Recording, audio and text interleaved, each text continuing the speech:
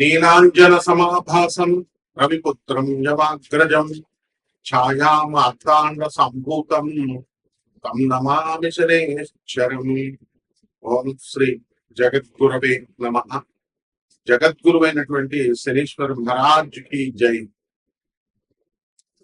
మనకి శని జయంతి ఈరోజు.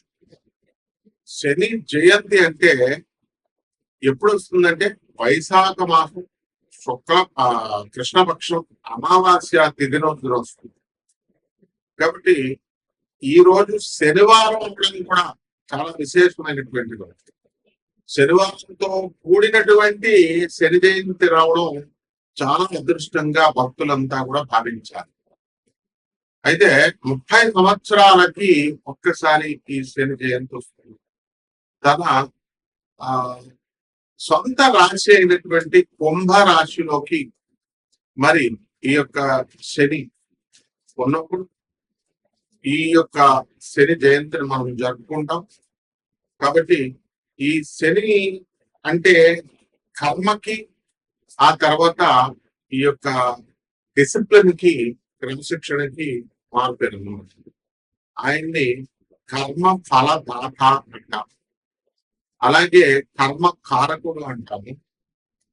కర్మకి కారకుడు అయినా మళ్ళీ ధర్మానికి కూడా ప్రతీక అన్నమాట. అయితే ఎవరైతే ఈ యొక్క శని దశలు నడుస్తున్నప్పుడు అర్ధాష్టమ శని, అష్టమ శని, అలాగే ఏలినాటి శని, సాడే సాత్ అంటాం, ఇలాంటివన్నీ నడుస్తున్నప్పుడు ఎవరైతే అన్యాయంగా అధర్మంగా వీళ్ళు ప్రవర్తిస్తారో అటువంటి వాళ్ళని శనీశ్వరుడు శిక్షిస్తాడు. ఎందువల్లంటే ఆయన ధర్మమూర్తి.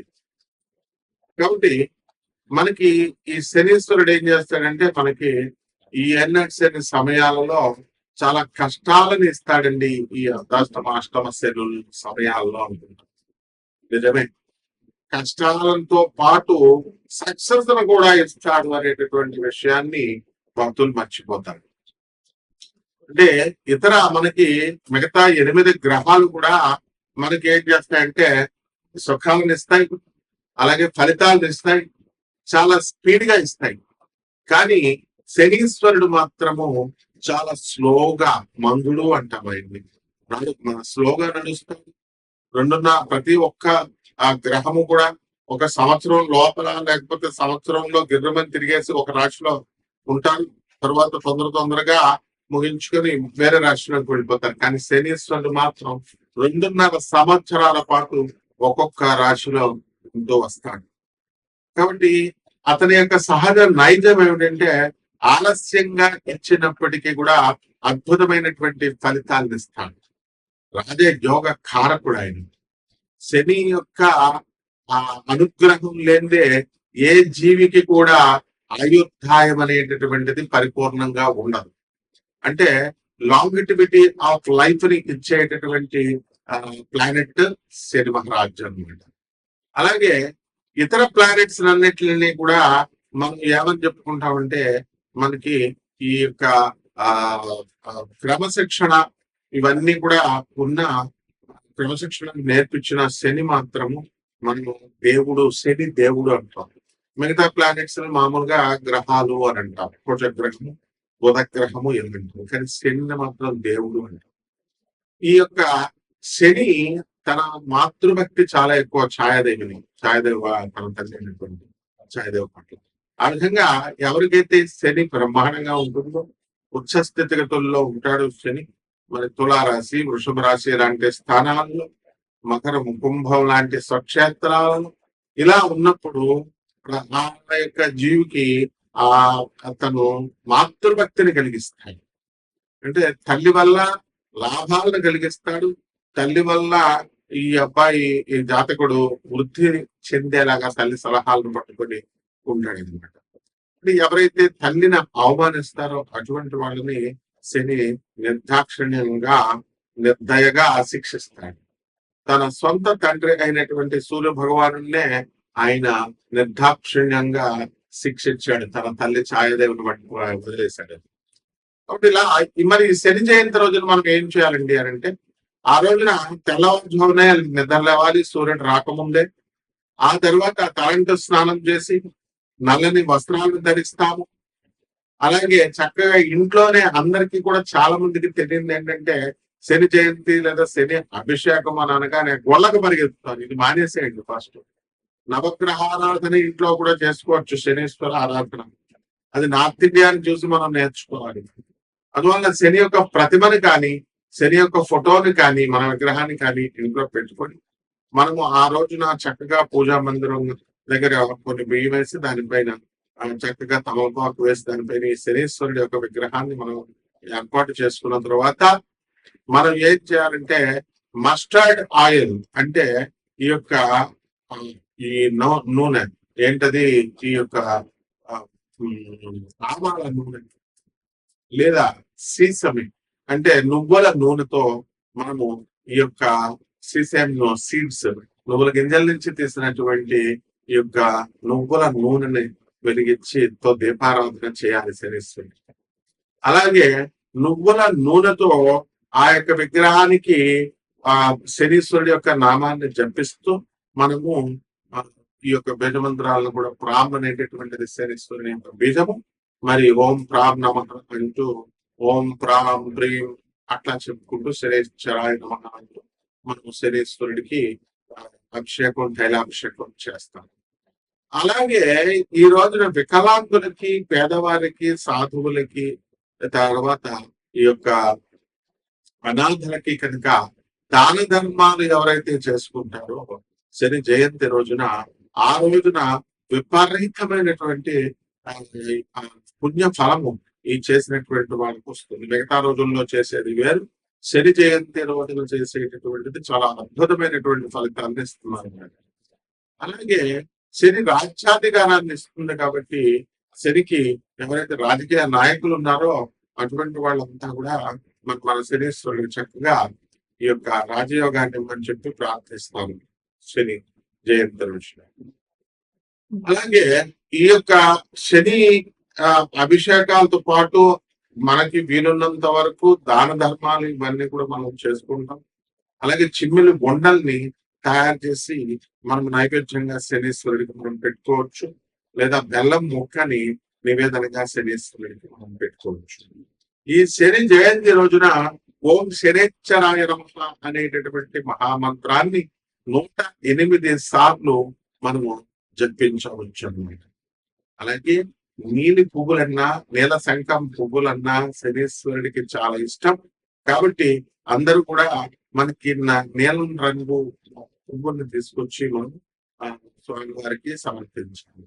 అదే విధంగా నీలము రంగు లేదా బ్లూబెర్రీస్ ఫ్రూట్స్ ని మనం నేరేడు పళ్ళు ఇలాంటివి నీల రంగులో ఉన్నటువంటి ఫ్రూట్స్ అన్నింటినీ కూడా తీసుకొచ్చి మనము శనీశ్వరుడికి నైవేద్యంగా మనం పెట్టాలి. ఈ రకంగా ఎవరైతే కష్టాలను మనకి ఎదుర్కొనేటటువంటి శక్తిని ఈ శనీశ్వరుడు ఇస్తాడు, అటువంటి వాళ్ళందరూ కూడా ఆ కష్టాలని ఎదుర్కొని సక్సెస్ అనేటటువంటి బాటలో వీళ్ళు ముందుకు వెళ్ళాలి. అలా కాకుండా మామూలు ప్లానెట్స్, మామూలు గ్రహాలు ఇచ్చినట్టుగా మనకి సుఖాలు సునాయాసంగా కష్టం లేకుండా వచ్చింది అనుకోండి, దాని విలువ మనకి తెలియదు. కాబట్టి శనీశ్వరుడు ఏం చేస్తాడంటే మనకు చాలా కష్టాలను కలిగిస్తాడు. సరే, ఈ యొక్క ఎల్నెట్సిన సమయంలో యాక్సిడెంట్లు ఇలాంటివన్నీ కూడా జరుగుతాయి. జరిగిన తర్వాత నిరంతరము ఎవరైతే నడుస్తారో, నిరంతరము ఎవరైతే కృషి హార్డ్ వర్క్ చేస్తారో, వాహనాలు ఇవన్నీ పడకుండా వీళ్ళతో సింపుల్ లైఫ్ ని ఎవరైతే లీడ్ చేస్తారో అటువంటి వాళ్ళంటే శనీశ్వరుడికి చాలా ఇష్టం అన్నమాట. అందువల్ల ఎవరైతే క్రమశిక్షణ కలిగి ధర్మబద్ధతగా ఎవరైతే ఉంటారో అటువంటి వాళ్ళకి సంతానం లేనటువంటి వాళ్ళకి కూడా సంతానాన్ని కలిగిస్తారు. ఎప్పుడైతే యోగము లేకపోయినా సరే, జాతకుడికి ధనయోగం లేదనుకోండి, అటువంటి వాడిని కూడా ధన యోగాన్ని శనీశ్వరుడు కనిపిస్తాడు. అలాగే 6వ ఇంట్లో శని కనుక ఉన్నట్లయితే లాంగిటివిటీ ఆఫ్ లైఫ్ పెరుగుతుంది అని చెప్పి శాస్త్రం చెబుతుంది. అదేవిధంగా రోగాలు అనేటటువంటివి చాలా మందికి అనేక రకమైనటువంటి రోగాలు వస్తాయి. సాధారణంగా డెర్మటాలజీలో మనకి చర్మ సంబంధమైనటువంటి ఈ యొక్క డెర్మటాలజికల్ డిజార్డర్స్ అనేటటువంటివి వస్తాయి.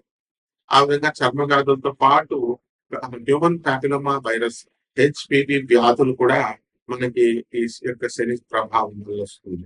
అలాగే పిసిఓడి ప్రాబ్లమ్స్, ఈ హార్మోన్స్ ఇంబ్యాలెన్స్ వల్ల వచ్చేటటువంటి ఈ వ్యాధులన్నీ కూడా క్యాన్సర్ కి దారి తీస్తాయి, ఈ హెచ్పివి వైరస్ కూడా. అందువల్ల వాటిని అన్నిటిని కూడా ఈ యొక్క శనీశ్వరుడు నిరోధిస్తాడు.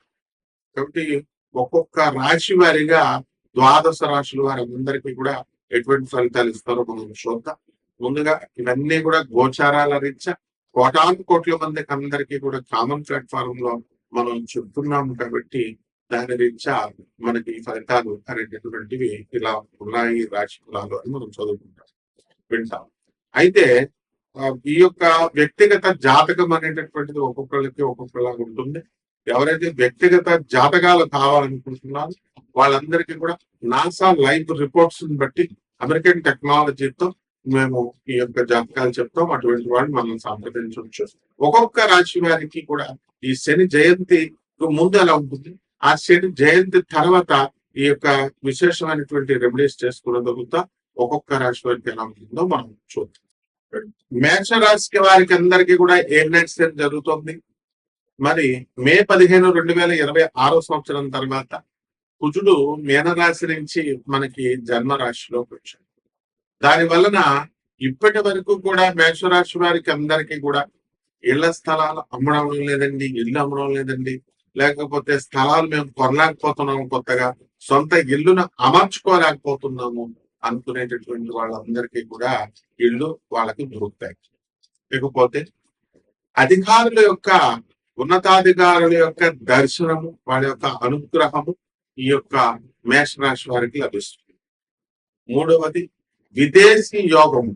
ఈ శని జయంతికి మనం రెమెడీస్ చేసుకున్నంత వీళ్ళకి అందరికీ కూడా మనకి విదేశీ యోగము అనేటటువంటిది మనకి ఏర్పడుతుంది. అందువల్ల అందరూ కూడా చాలా మంది మేషరాశి వాళ్ళంతా కూడా తమ భర్తలు అమెరికాలో ఉద్యోగాలు చేస్తున్నప్పుడు వాళ్ళేదో ఒక 5 సంవత్సరాల కోసం వెళ్ళారు. ఆ తర్వాత వీళ్ళు కూడా ఇప్పటి వరకు కూడా సంవత్సరం నుంచి వెళ్ళినటువంటి వాళ్ళు వీళ్ళందరూ కూడా భార్య పిల్లలు. మరి ఈ యొక్క మేషరాశికి సంబంధించినటువంటి భార్య విదేశాలకి భర్త దగ్గరికి వెళ్ళడం అనేటటువంటిది జరుగుతుంది. అలాగే మనకి ఈ 2 జూన్ 2026 సంవత్సరం తర్వాత మనకి ఈ యొక్క గురుడు కర్కాటక రాశిలోకి వచ్చినటువంటి కారణంగా పనులన్నీ కూడా జాప్యంగా కొంచెం లేట్ గా అవ్వడము అనేటటువంటిది మేషరాశి వారికి జరుగుతుంది. 5వ ఇంటిలో ఉన్నటువంటి కేతుగ్రహ ప్రభావం కూడా పిల్లలపైన చాలా దుష్ప్రభావాలు మనకు చూపిస్తాయి. వాళ్ళు మొండి వాళ్ళగా ఉంటూ మనశ్శాంతి లేకుండా వాళ్ళ యొక్క ఆరోగ్యాన్ని అందరూ కూడా పాడు చేసుకుంటారు. చిన్న చిన్న స్కూల్ పిల్లలు కూడా 8వ క్లాసు చదువుతున్నటువంటి పిల్లలు కూడా డ్రగ్స్, చాక్లెట్ల రూపాల్లో వీళ్ళకి వాళ్ళ డ్రగ్ అడిక్టెడ్ వాళ్ళు ఎవరైతే ఉంటారో వాళ్ళకి ఇవ్వడము ఇలాంటివి జరగడానికి అవకాశాలు ఉంటాయి. కాబట్టి ఈ శని జయంతి రోజున ఎవరైతే గుళ్ళకి వెళ్ళక్కర్లేదు, దీంట్లోనే ఓం శనేశ్వరాయ నమః అంటూ మంత్ర జపం చేసుకునేటటువంటి వాళ్ళు వాళ్ళకి చక్కగా ఈ యొక్క డ్రగ్స్ బాధ నుంచి డ్రగ్స్ అడిక్ట్ కాకుండా పిల్లల్ని రక్షిస్తాడు శనీశ్వరుడు. లేకపోతే మనకి రైతుల యొక్క పరిస్థితి కూడా బ్రహ్మాండంగా ఉండడం అనేటటువంటిది జరిగింది. అలాగే కొత్త కొత్త వ్యాపారాలు, వెల్డింగ్ షాపులు, ఈ యొక్క ఈ ఫ్యాక్టరీస్, ఇనుము ఆయిల్ ఫ్యాక్టరీస్, ఇనుప ఫ్యాక్టరీలు, ఇటువంటివన్నీ కూడా కాస్త జాగ్రత్తగా వీళ్ళు చేసుకోవాల్సినటువంటి అవసరం ఉంది. వ్యాపారంలో అన్ని రకాల వ్యాపారాలు బ్రహ్మాండంగా ఆ డబ్బులు కలిసి వస్తాయి, ఆదాయాలు కూడా బ్రహ్మాండంగా.